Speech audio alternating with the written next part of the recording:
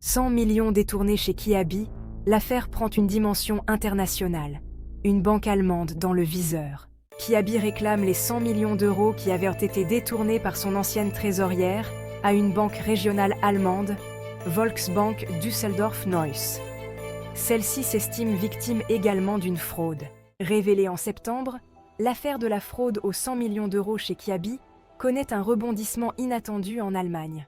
En effet, une banque régionale mutualiste, la Volksbank Düsseldorf-Neuss, a indiqué ce jeudi 17 octobre être confrontée à une réclamation de 100 millions d'euros dont la légitimité est très controversée de la part de l'enseigne de prêt-à-porter, confirmant des informations du journal économique Handelsblatt. L'ex-trésorière de Kiabi soupçonnée d'être à l'origine du détournement et mise en examen pour escroquerie et blanchiment en bande organisée, aurait utilisé un compte ouvert au sein de cette banque allemande pour y faire transiter les 100 millions d'euros volés.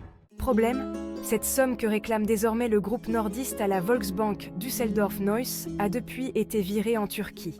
Comment une telle opération a pu être possible?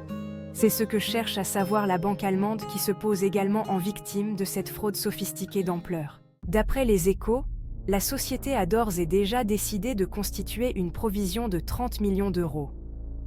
Elle a également fait appel au système de solidarité de l'Association des banques mutualistes pour obtenir une garantie de 70 millions supplémentaires. La Volksbank Düsseldorf-Neuss s'interroge notamment sur l'usage de faux.